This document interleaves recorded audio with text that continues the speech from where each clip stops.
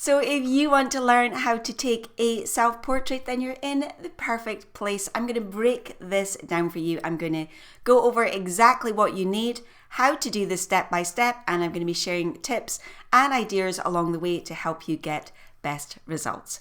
Now, if you're new here, hello, my name's Audrey-Ann from Live Snap Love, where I help you learn photography minus the overwhelm so that you can beautifully capture the people and moments that matter most. If you are new here, be sure to hit the subscribe button and that notification bell, and that way you'll stay in the loop for new videos. But for now, let's dive into how to take a self-portrait. Now, I am going to be going through how to do this step by step so you can see exactly what to do and how to set this up. But let's start with what exactly you're going to need to help you take your self-portrait, either with your DSLR or your mirrorless camera. So let's start by taking a look at what equipment you're going to need to take your own self-portrait. So in addition to your camera, you are going to need a tripod or some other steady surface. Now, a tripod is the best option. That's going to keep your camera the most secure. It's also got the most options with regard to, tilting it and getting the right height. But if you don't have one, you can use another steady surface such as a chair or a table. And if you find you don't have enough height, you can just add some, hardback books underneath it. Just make sure that the surface is steady and your camera is safe. The second thing you need is some form of remote shutter. Now, you have different options here. If you don't want to buy anything, you can simply use a delay timer on your camera. Most of them will have one, and you can just set that to take a photo in, for example, 15 seconds. That's going to give you enough time to run and get into position. You can also get apps for your phone that allow you to control your camera remotely. Obviously, you'd need Bluetooth for that. Or you can buy a remote shutter. These are around $10, and that's just a little button that you press in your hand. And you press the button and that triggers the shutter remotely. I don't love that option because I don't like having the button in my hand, but you can disguise it, and that certainly is an option.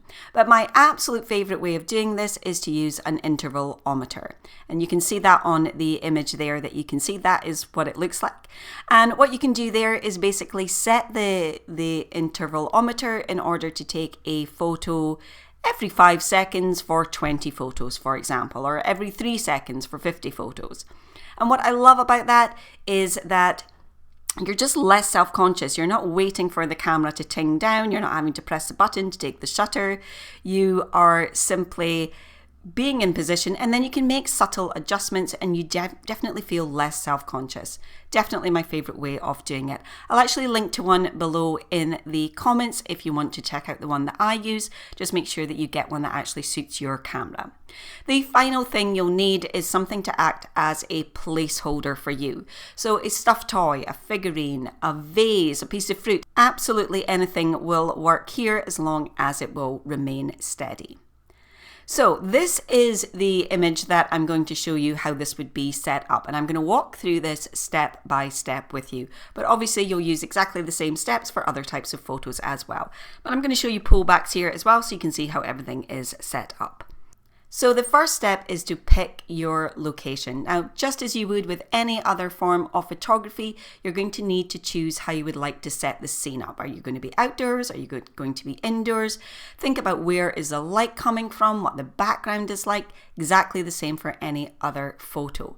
So for this particular image, this is where I'm going to be standing.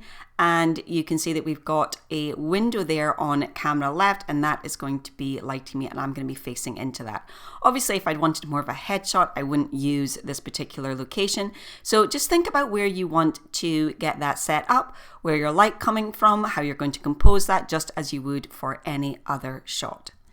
The second step is to get your camera onto the tripod and then frame your shot. Now, as I said, it's better to use a tripod, but you can see that I haven't done that here. I actually have a stool, and then I've just used some hardback books and placed my camera on top of that. So it's steady enough. I would prefer a tripod. but you can certainly do it this way instead. And you're just going to frame your shot as best you can. You're going to look through the viewfinder and see how everything is going to look. You also want to put in your placeholder object where you're going to stand. So in this case, I'm using a pineapple because that's what came to hand. So literally it can be anything.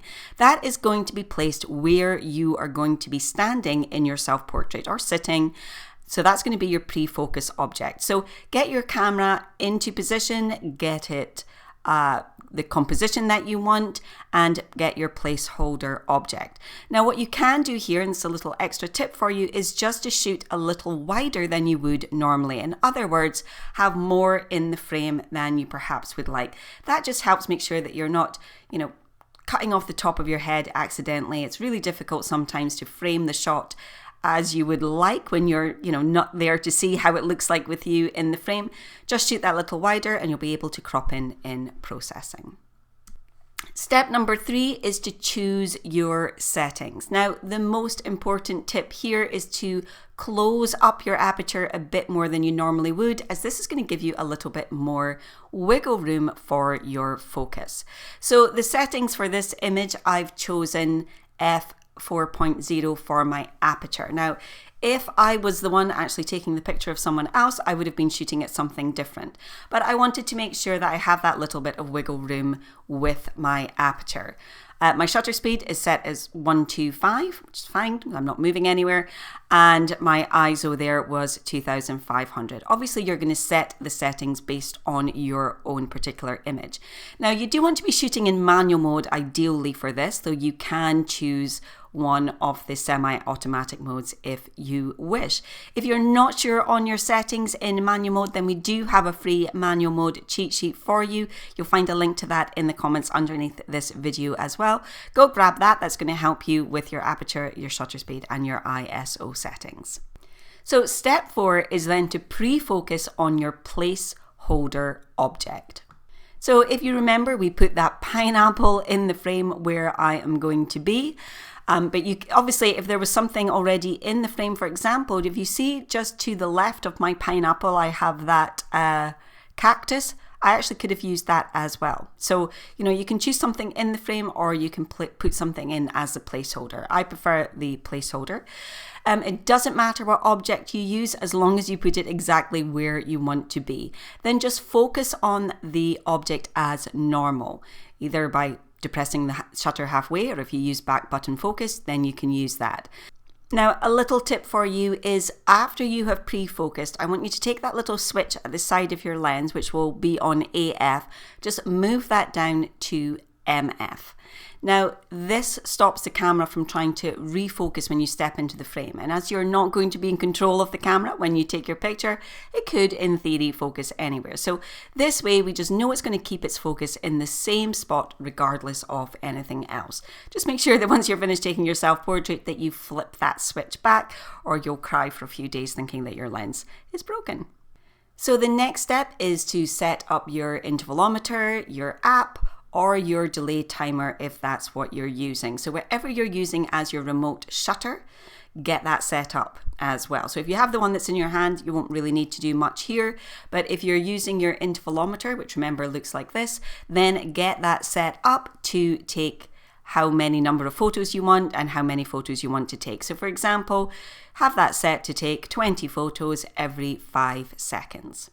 And so step number 6, which is actually our final step, is to get into position where you have pre-focused. So you can see me there hugging my pineapple. So literally you are going to stand where you have placed your placeholder object and therefore pre-focused. So you can see me there, but one thing to remember to do is obviously move your placeholder subject out of the way, or that is going to be in your frame as well. And depending on what you've used, like a pineapple, that might look a little bit strange. And then that's it. You're going to have your camera is going to take photos with the remote shutter or the timer delay or the intervalometer, whatever you have chosen. And then you can go and edit your photos, crop into them, edit them, do exactly what you would do as normal. Now, obviously, this is just one type of shot you can take. This is more of a lifestyle image, but you can absolutely take your own portrait style images like a headshot if you needed that for anything. And it's a great way as well to get in the frame with your child. It's one reason I really like the Intervalometer. I can be there, I can be interacting with my child, and it's taking the photos for me. But if you really don't like having your face in the frame, then you can still take a self-portrait without it. So this is an example of a different type of self-portrait that I've taken here and here as well. So you definitely have different options when it comes to taking your self-portrait. So do be sure to download your free manual mode cheat sheet. You're going to find a link to that underneath this video. Make sure you grab that because shooting in manual mode is going to give you so much better results, and that's really going to help you with your settings as well. As always, thank you so much for being here, and I will see you guys next week. Bye for now.